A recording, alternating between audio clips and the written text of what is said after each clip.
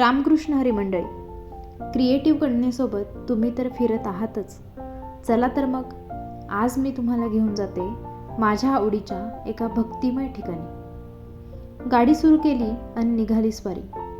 नाशिकपासून 8 kilometre अंतरावर असणाऱ्या आणि प्रति पंढरपूर म्हणून ओळखल्या जाणाऱ्या विहितगाव या छोट्याशा गावात. रस्त्यातच असणारा हा वडनेर तुमाला गावचा वारकरी चौक हा जणू वारीची आठवण जिवंत करून देतो. टाळ, मृदुंग आणि हरिनामाच्या गजरात तल्लीन झालेला हा भक्ती संगम मला मात्र नेहमीच मोहात पाडतो. मंडळी, विठ्ठल भक्तीत जादूच तशी आहे. कमरेवर हात ठेवून पूर्ण जगाचा मायबाप होणारा हा सावळा माझ्या मराठी संस्कृतीची आन बान अन शान मात्र आहे. गावच्या शोभेत वाढ करून देणारा हा वारकरी चौक मला बाकी भावला.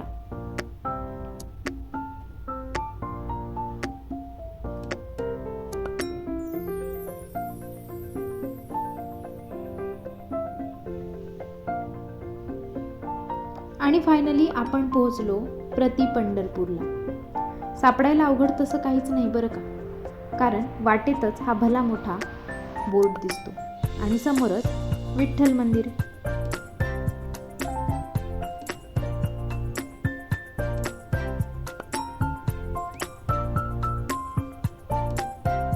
मंदिरात प्रवेश केला की भव्य असा एक सभामंडप आहे. हरिपाठ्याचा गजर करत तोही विठ्ठल नामात दंग होऊन जातो. गरुड खांब समोरच स्वागताला सज्ज होतो. गरुड खांबाचे दर्शन घेऊन गाभाऱ्यात प्रवेश केला अन सावळ्याला पाहून धन्य धन्य झाले. कमरेवर हात ठेवून तो बाकी सज्ज आहे भक्तांच्या भक्तीला न्याय द्यायला. सुंदर ते ध्यान उभे विटेवरी, करकटावरी ठेवून या. तुळशी हार गळा कासे पितांबर, आवडे निरंतर हेची ध्यान. मकर कुंडले तळपती श्रवणी, कंठी कौस्तुभ म्हणी विराजित. हरिमुखे मना, हरिमुखे मना, पुण्याची गणना कोण करी. विठ्ठल भक्तीचा मोह मला तर वारंवार इकडे घेऊन येतोच. तुम्ही सुद्धा कधीतरी अवश्य भेट द्या बरं का मंडळी. उगाच नाही प्रति पंढरपूर म्हटलं.